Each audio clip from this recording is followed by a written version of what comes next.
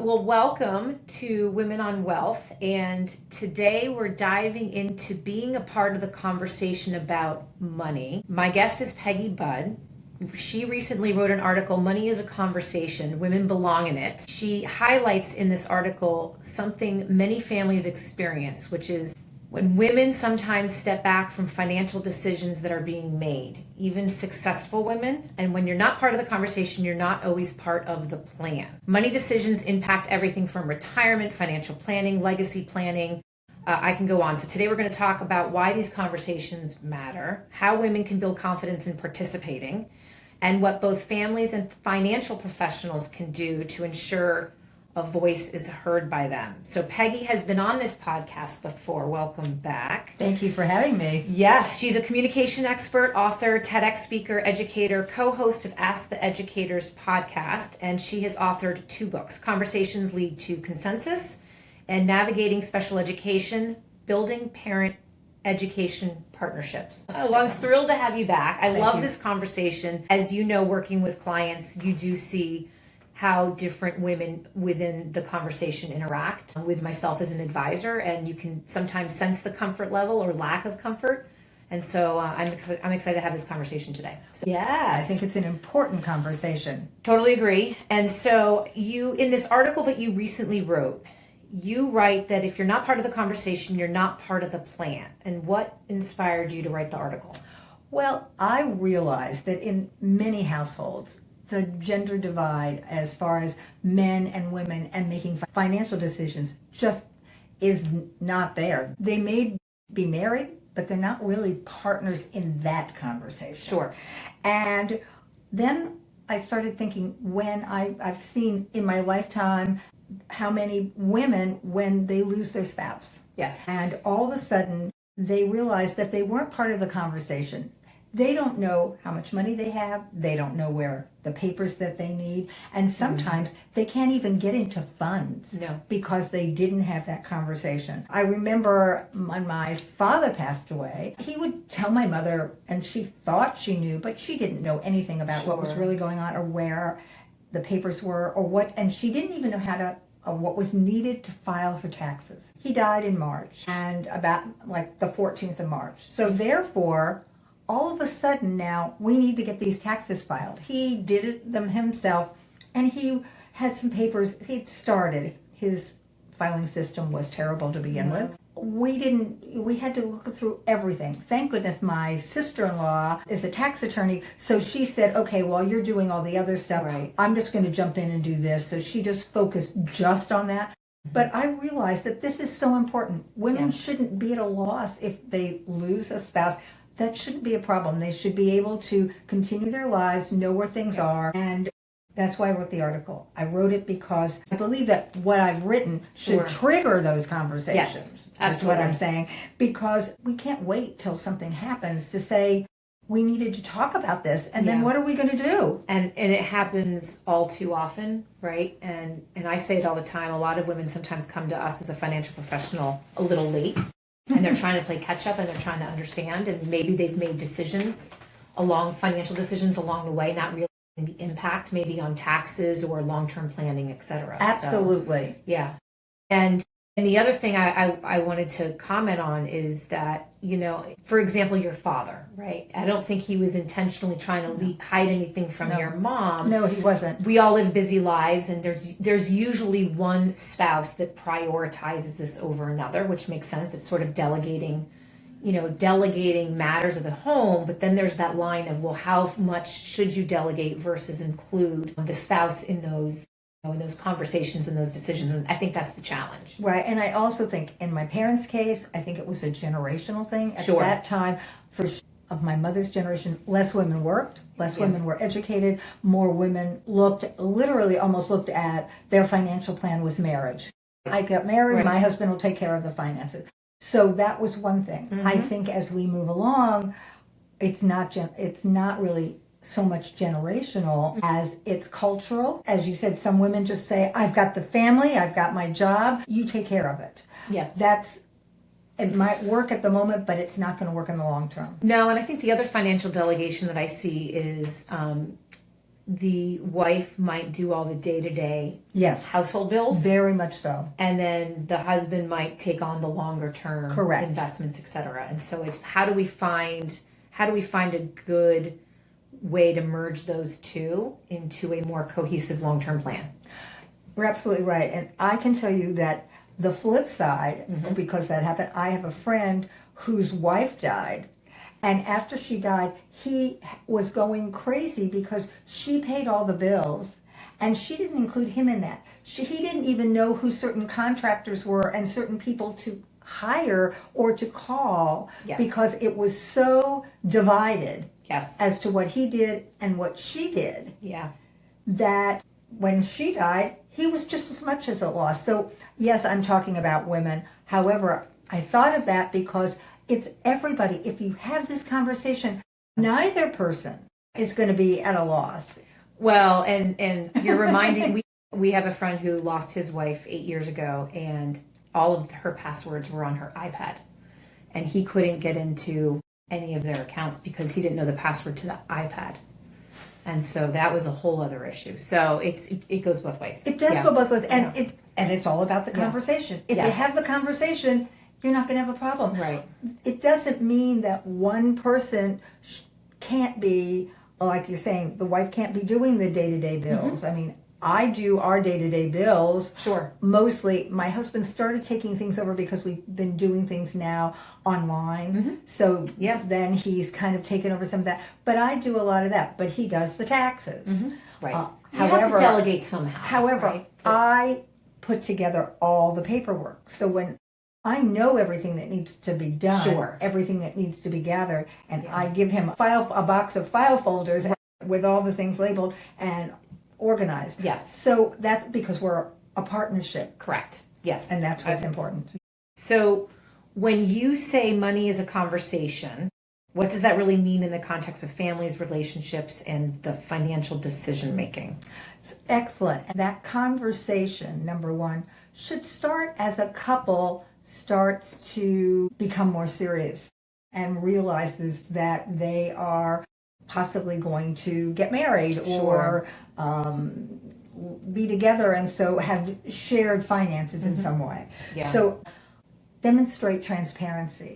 You don't want to be in a relationship where somebody's hiding something that you don't know, whether it's good, meaning they have a lot more money than you think, or whether it's bad and they have a lot more debt than you think. Either way, it's not what you want. It also opens the conversation about expectations. What are your hopes and dreams? Where are you going to go? What are you going to do? Because how much money you have affects everything from the house you buy to the car you own to the vacations you take to even the clothes you put on your back. What are people's, not only how much do they have, but what are their priorities? Right. And so when you have these conversations, as I write about in all of my books about conversations, it is crucial that you have a shared vision or a shared understanding. Right. And you can't have a shared vision or understanding about your finances, which is what drives your ability to do everything you want to do.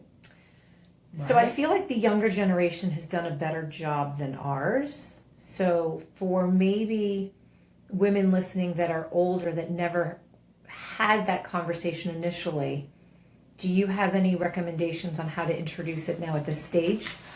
Well, I think that they need to say, you know what, I need to know. Tell it like it is. It's not like, oh, wait a minute, I don't know how to say that. There's no polite way to say, I need to know.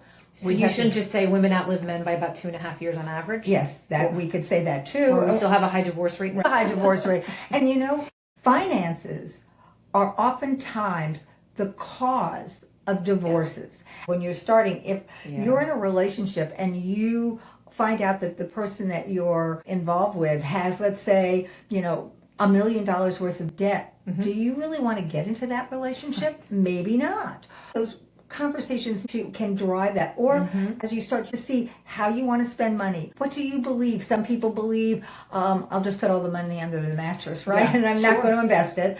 And another person believes it strongly in, Put everything in Bitcoin. Yes, right. Or, as they say, ride that roller coaster. Right. Or playing the stock market, Yes. not just doing wise financial planning as you offer, but saying, oh, this is, this stock is hot today. Go chase something. Right. Yeah. So, and for some people it works, but if you're in a relationship, I don't want to think that one person is doing that and I don't. I mean, I have a close friend, she divorced her husband because of that fact. He just kept losing. He was always taking risks and losing money. And one day she said, I can't do this anymore. I work hard. They both worked.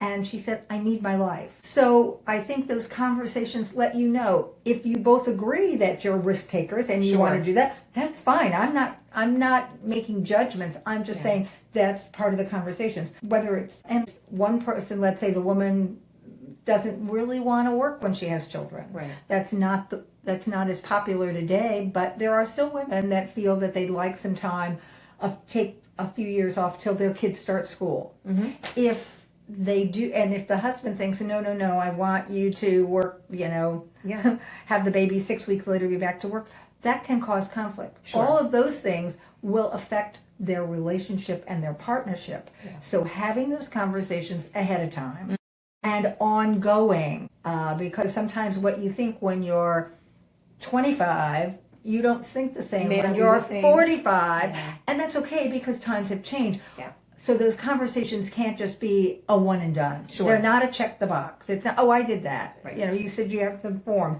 Forms are great, but you have to keep revisiting those forms, correct? Absolutely. So let's talk about successful women. You see it all the time. They're super confident in their career and they're confident in their day-to-day lives. And yet when it comes to these financial discussions, they sort of take a step back. And it's almost because they take this step back that they even have more anxiety around how to handle the financial situation. They're just as hesitant to step into it as maybe someone that isn't working. Is that fair to say? I think so. Yeah. I think some of it is I'll call it the gender divide, how we're raised. If you were raised that your father did all this and your mother did all this, and that wasn't, she always looked to your dad to do that, well, you might say, oh, well, I've got a husband, I've got a job, I've got kids, I don't need to, my dad did that, I'll just let my husband do that. Sure. Not that the husband is saying I will or I must, but that's just the way. I think that we have to think about the reason that culturally, and that even had, was not that many years ago, women couldn't necessarily own a business. Women, there are country clubs where I remember having a friend, her husband died, and she had to leave the country club. Right. I don't think she ever thought about it at all. Yeah, and all of a sudden she said to me, I can't be a part of the country club. That was their social life. They would not let her be a member anymore. So if she wanted to go now, she had to go with other friends as their guests. So she still was going, but it wasn't the same. No.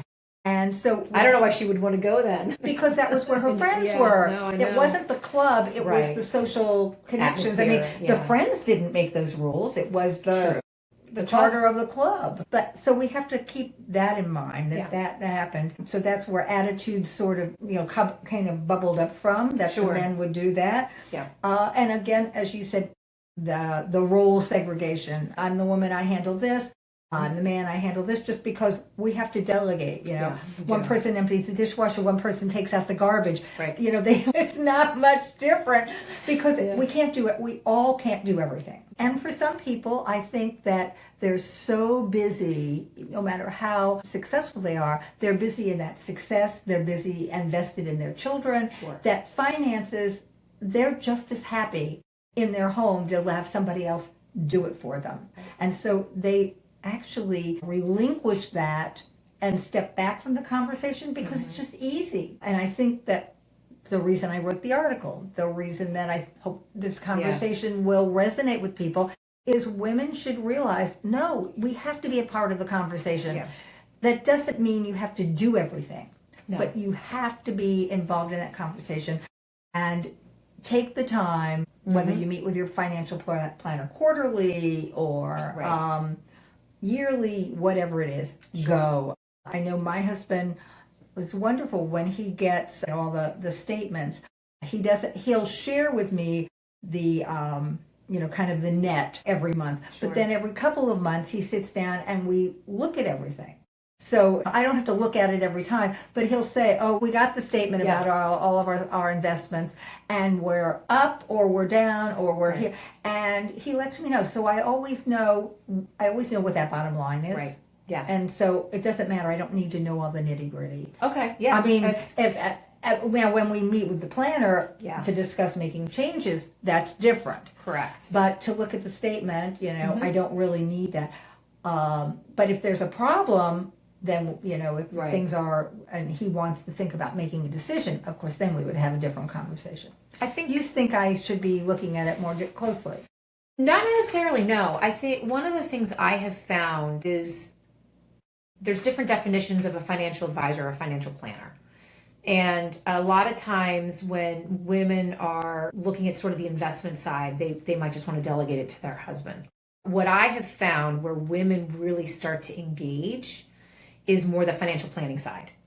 And it's like, okay, we have your financial plan in this tool and we're going to run your numbers. Are you running out of money by the time you reach 95? If you're getting a little close and you're a little nervous about it, let's look at the spending. Let's look at when you take Social Security. Do you do a Roth conversion when you retire? There's all of these different options that can change the plan pretty dramatically.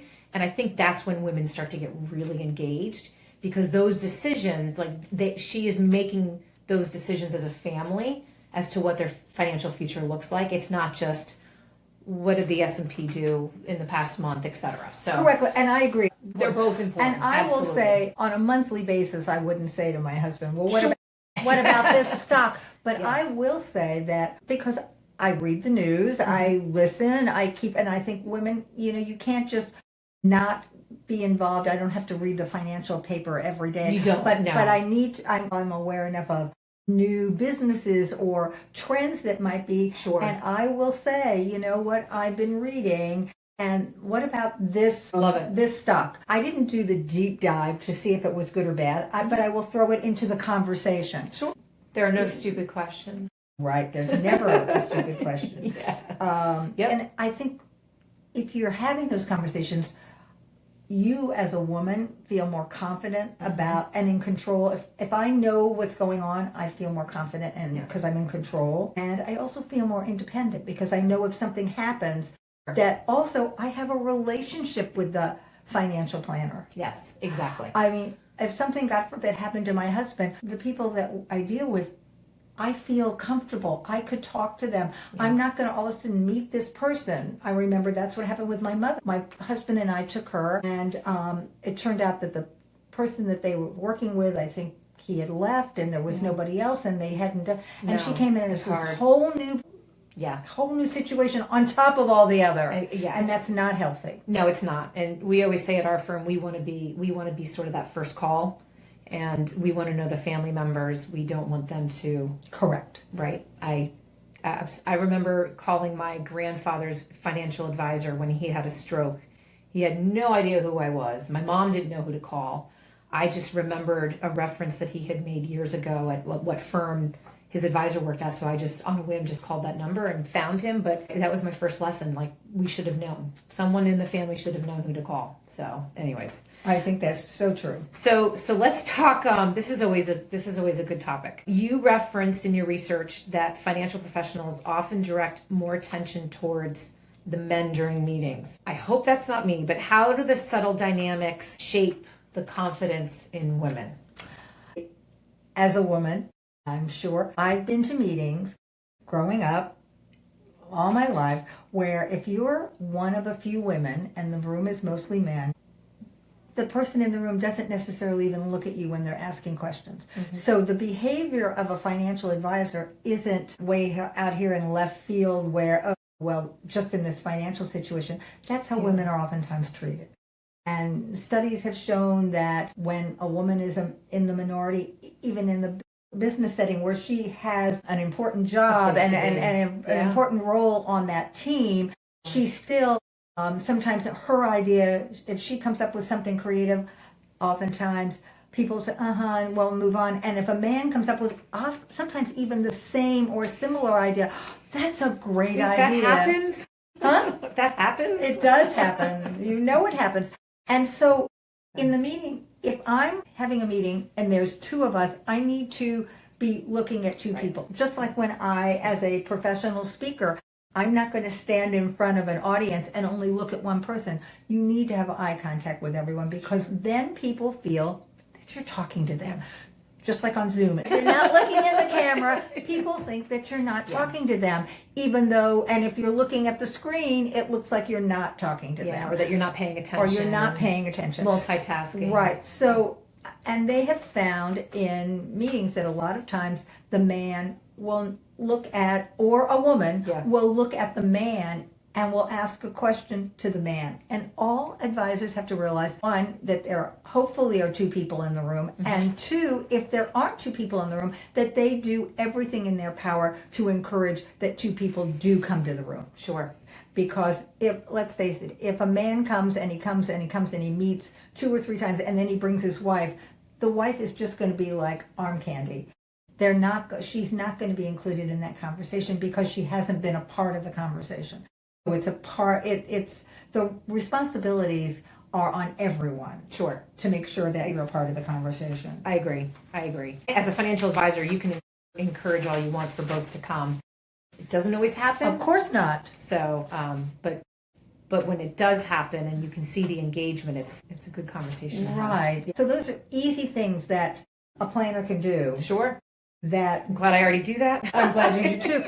But I don't think all planners do. I agree. So for women who may feel intimidated with the financial discussions, what are some practical ways that they can start feeling more confident, aside from maybe just coming and participating more? First of all, having a conversation ahead of time. Ahead of time. Because if I've talked to, I know when we meet, my husband we always sit down and look at everything first. So when the advisor is saying something, I know I've already seen it once. Right. Because if you see something, especially spreadsheets and numbers, and it's not your area of expertise, it's not your comfort zone, they can feel overwhelming. Sure. So if you've seen them before, that's important. If you've had a conversation ahead of time, that's important. Before you go to meet. I think also, maybe from my perspective, it always helps me to know how clients are feeling at different points in the market. Like right now we're talking and there's a little bit of trepidation around the market with the war with Iran, but it's always nice to know when clients have anxiety around certain things, or maybe there's anxiety around what their financial plan looks like, or it's always nice to know what is top of mind, because I think that can really help the conversation. I agree with you, and it's a great way to start a conversation. Instead of sitting down, I came out of the field of education, meetings, teachers will just sit and start to talk about a child. That conversation should always begin with a parent, the client saying, engaging, how are you feeling, even asking questions. Have you been reviewing your statements? Right. Do you have any questions? Right. Starting there, because sometimes that will literally either drive your conversation because they haven't looked at anything, so you have to start at the beginning. Sure. Or they are very much attuned and have looked at everything, and these are the 3 areas that they're concerned about. You don't really have to worry about the other stuff. They've already done it.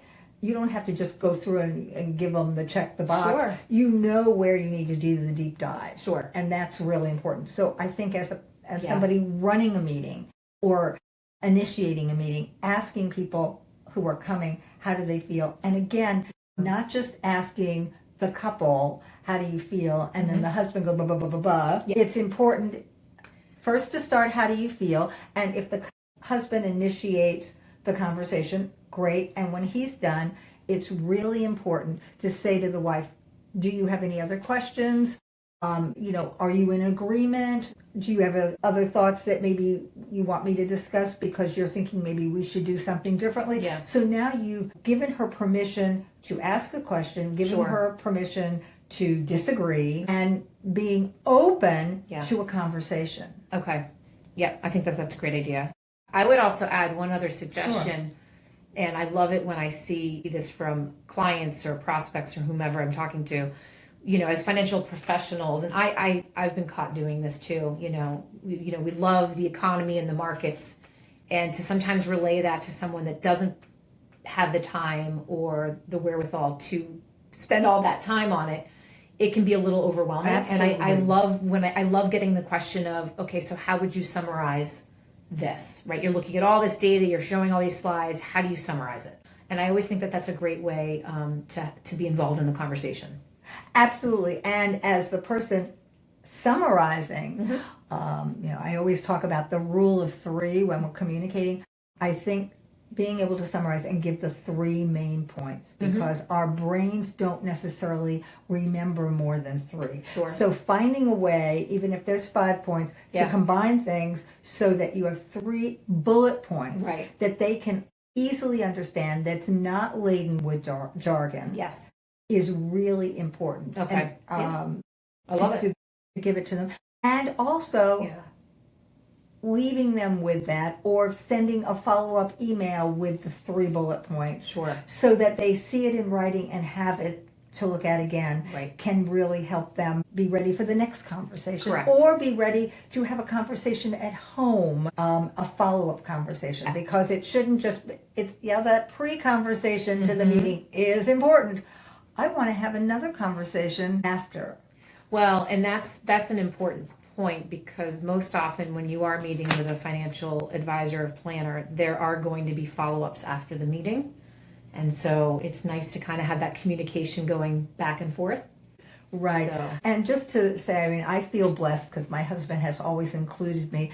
And we had a financial planner, advisor, who had been a graduate school friend of his and whatever. And I was really pleased. And then I started feeling uncomfortable that I didn't think that he was doing what needed to be done. But finance is my husband's expertise. So I sat quietly for a while. And then we got invited to one of these wealth management kind of things by somebody else. And it was another person my husband knew. And he said, let's go. It might be fun. Let's just hear what they have to say. And I sat there and I listened, and I left, and we had a conversation. And I said, we need to meet with this guy. You see a difference. I saw a difference. Yeah. And I was the one that initiated it. But because my husband and I have always been so free to talk about this, that he was very comfortable, because I was able to cite, well, these are the things I saw this person say. Right. I don't think that our planner is currently doing this. And he said, you're right. I was thinking, but he was a friend, and so he wasn't. I gave him the impetus to follow what he was thinking it was time to do, but didn't do. Well, and I think most individuals, if they work with a financial planner, they've really only worked maybe with one. It's not often that you see someone that's worked with multiple financial planners unless something's going wrong. And it sounds like that your original one didn't do anything wrong. It's just you actually were introduced to something that maybe you thought aligned. Right, and he was more on the end of thinking about retirement and whatever. So very common. At some point, we would have had to find a new person anyway. Yeah. So we did it a little sooner. But he was kind of had his feet in both doors. Both pools or whatever. But that's an ongoing problem in the industry. The average age of financial advisors is getting older every year. So that was something that will continue. So what are some of the most important questions women should be asking about finances that you think are overlooked? Well, they need to know the big picture, the plan. They need to know what the statements are, where your investments are, stocks, bonds, cash, They need to know where all those documents are, what documents are needed. My mother didn't know. She didn't even know where last year's tax returns were. So she didn't know what were all the papers my father needed, besides, yes, she worked, so she knew you had a W-2, but except for that, and she knew that you got a stock statement. So, but there's a lot of other papers that go into filing a tax return. Yeah. I know. Yeah. It's a big box. And so I think knowing that. Also making sure that either, as you mentioned, either their trusts or their joint ownership, who owns the cars, who owns the house, how is it written? So if my husband dies, I own the house. I don't have to worry. Yes. We have a joint bank account. But I can do the same thing. Some states, the bank accounts, even if both names are, I've learned, even if both names are on the account, you have to have all the prove that he's died before you can sign off on the checks. So there are all kinds of things you need to ask those questions. Yes. And what is happening in the state in which you live, which may be different than the state that we live. Yeah, absolutely. One of the estate planning and financial planning issues that we're most proud about at our firm, for example, is every single client has what we call an asset map, where we lay out all of their financial assets on one page. Who owns it? Good. Where is it? Do you have life insurance policies? And it's one visual that accountants love, attorneys love, because it's so easy to lose track of those. And I also would say we brought in an in-house counsel 2 years ago, and she will sit with our clients and review all of their estate plans. Is your will aligned to your beneficiaries? Do you have a trust? You don't have a trust. Do you need a trust? Everything that you just mentioned, it's just, when I joked earlier that we want to be the first call from a client, it's usually because we have all of the information and we hopefully know them better than anyone else. Right. And so their financial needs better than anyone else, better than maybe their family members. In a lot of cases, yeah. And having those conversations build trust. I also start to trust you because we're having an honest, and everything is honest and transparent. And as my advisor, I want you to tell me when things are good, but I also want you, as you've shared, to say, you can't do that. Yes. You're putting yourself at risk.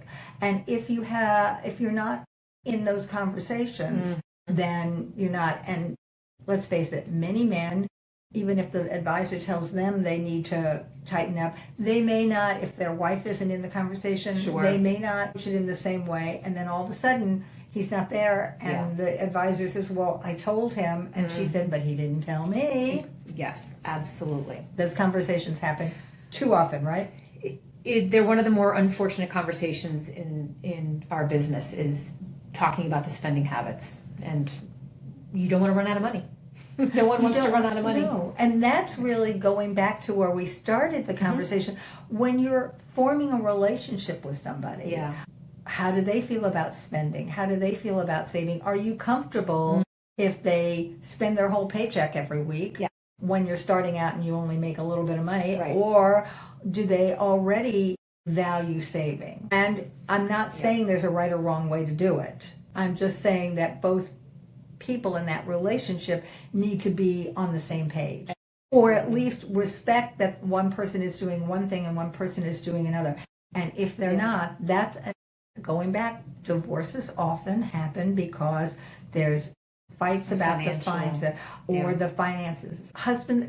People lose their jobs. I mean, I remember people saying to me, I don't really need him. He lost his job. I might as well just divorce him. And I've heard that. Yeah.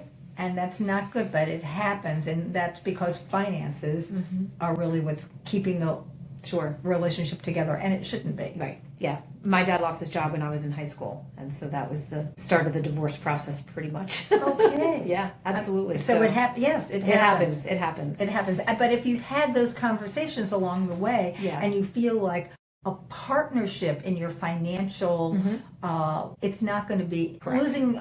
One person losing a job. My husband lost his job. I mean, I was working, but he lost his job. I mean, it puts a major strain on the relationship because life changes and it's hard and it's scary. However, if the other person doesn't even know what's going on. Right. There's no support system there No. Okay.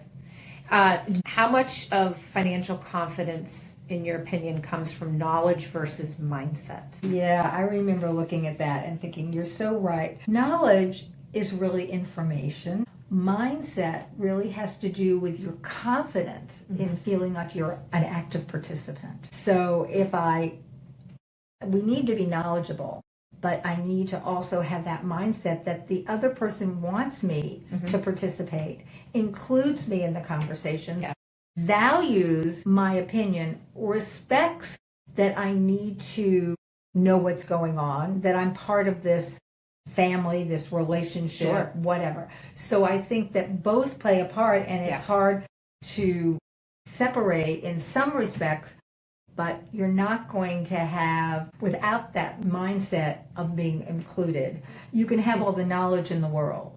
You're sure to work, but if you only have the knowledge and the mindset is, well, you don't really have to do it. I know you know, but you don't really. That's not going to work. Yeah, the mindset is usually the what holds you back in that financial confidence. Correct. And too often, if you look going back to the gender divide, oftentimes the attitude was that men had the knowledge, they had the confidence, they had the wherewithal, and a woman was less confident about doing it. And let's face it, being a successful financial planner, advisor, understanding about this is not an innate male skill. I know it, and you know it.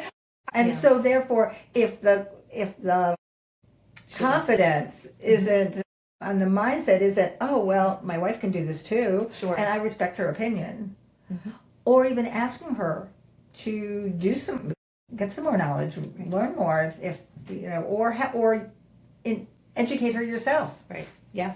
So many ways to do it. There's a lot of different ways to do it. Time is always big. For everything. For everything. So what role do open financial conversations play in strengthening relationships? Well, I think the two big ones are they build trust. And trust and honesty and transparency in any relationship is key. And if you're having those conversations, then that's the trust. And I think that because if I trust you, there's a problem, conflict doesn't happen in the same way than if I don't trust you. And I think that those go hand in hand, but they're really important as doing that. And I think that when you're having those conversations, it actually helps you build that relationship. It helps cement that partnership because you feel like an equal member of the team, the relationship. And partnerships don't have to be that each person is equal. And I think that sometimes can be people form partnerships and each person brings a lot of their own strengths to the conversation. And so, but the final decisions are made jointly. And so I think that's why those conversations are important and how that plays out. Does that? Absolutely. Yeah. Because you could argue the other side on different, other tasks at hand for families, right?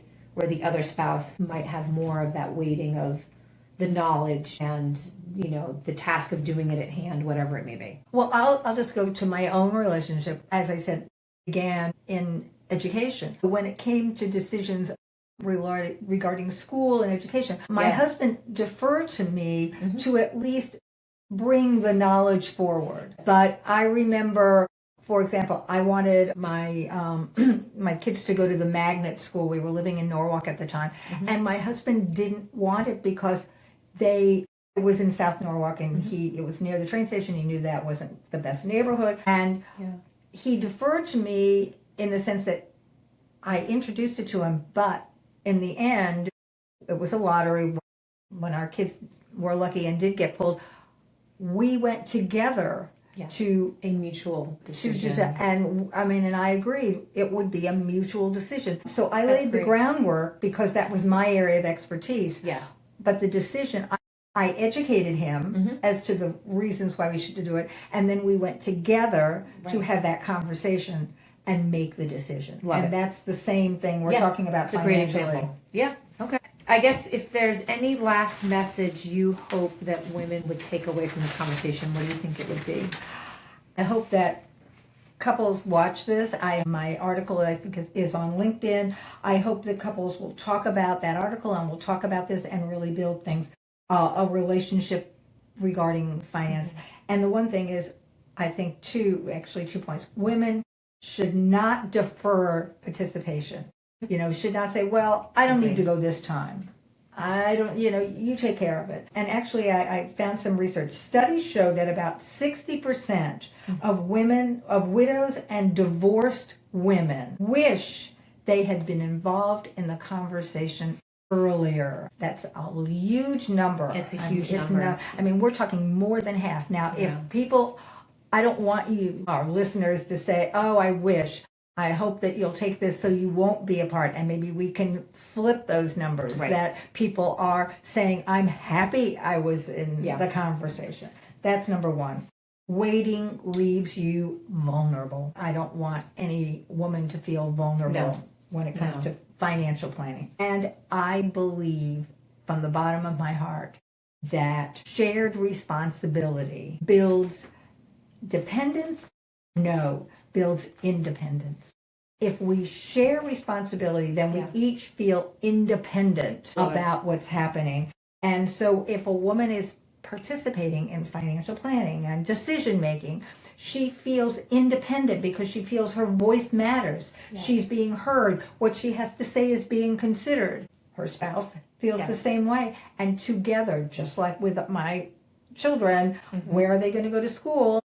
I came forward, but together we looked at, evaluated, and made the decision. So financial security really comes from understanding and having a shared understanding, not just one person does it and I accept it. I love it. I guess my hope out of this conversation is that if you don't feel that you're involved as much as you could be, you know, what are those steps, or what's that conversation that you can have with your spouse to make sure that you can be more involved going forward. So. Right. And it's about learning. I mean, that's something that I do. I mean, I coach people on how to have an effective conversation. Yeah. They need to feel comfortable or get somebody to help them understand how an advisor can help them facilitate how to have a meaningful conversation. Correct. If they don't know how to do it. But they have to be saying, I want to have it. Or the advisor doesn't want to be too pushy. Well, and sometimes it seems so easy talking about it, but actually going through the motions and, you know, creating a plan around it, that can be tough. Oh, sure. So so I'm glad we had this conversation. I am too, and thank you so much for inviting me. Thank you, Peggy. And where can people find you? They can find me on LinkedIn under Peggy Bud, and they Google Peggy Bud. And go to my website. My website is peggybud.com. Okay. And I'm there, so please, I'd love to have a conversation with you, hear what your needs are, and if there is any way that I can be of help, I would love to help you. Thank you. Thanks, Peggy, for joining. Thank you.